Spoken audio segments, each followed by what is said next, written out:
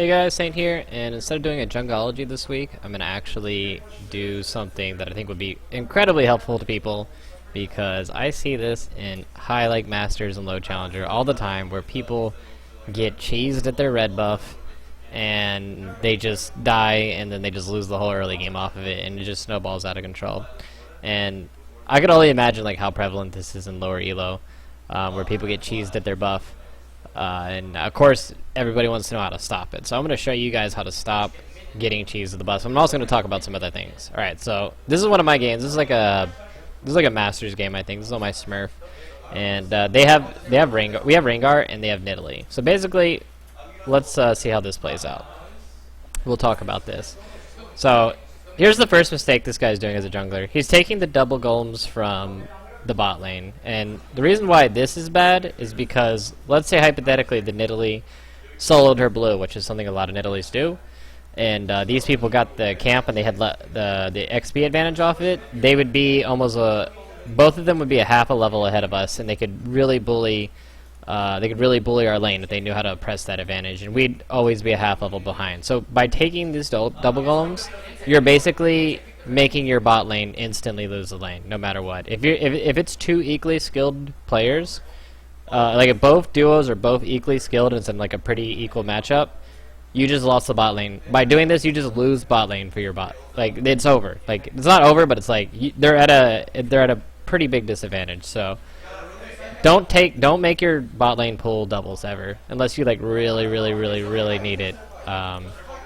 There's ways you can do it where you can have like the ADC pull it for you, and then like the support goes and messes with them here to make sure they don't get the camp. You can do things like that, but more often than not, if you're a jungler, don't take the double golems from your bot lane.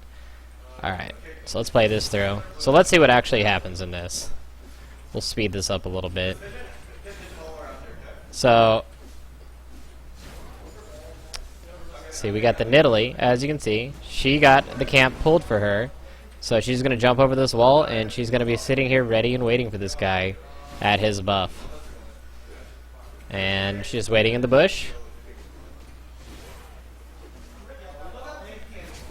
She even missed the Q on him. Still, like, nothing he can do. He has nothing to jump to. She has a jump move. He doesn't have anything. So he's just pretty much screwed. See ya, nerd.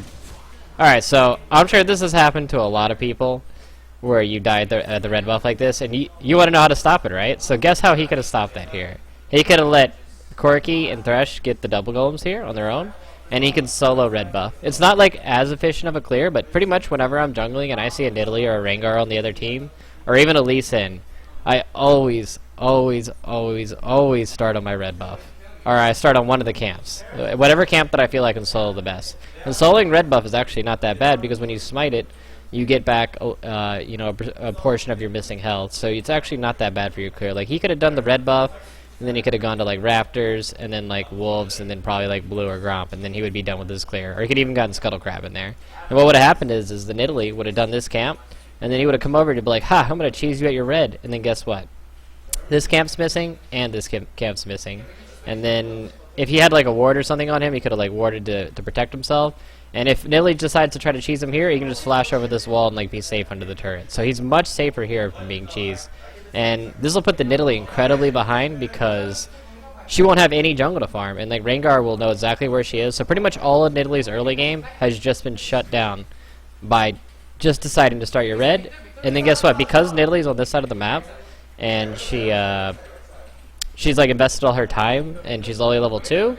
And you gave the double golems to your bot lane, then now your bot lane's winning. Your bot lane's going to crush. So you pretty much just won the entire early game by choosing to start red buff. Okay? So I can't stress this enough. Always give double golems or Gromp to your bot lane. Tell them to take it. Like, be like, bitch, you take this camp and you do good with it. And then also always start the red buff against Nidalee's and Rengar's and Lee Sin's. That was the only 3 I can think of. Nidalee is like the biggest red flag. Like, you see Nidalee on the other team, be like, bitch, I am starting this buff. And don't ask for a pull either. Don't tell people to pull the red for you, because that hurts your bot lane. If you have a bot lane there, make sure they just like do the camp or do whatever. Don't ask for your top laner to help you either.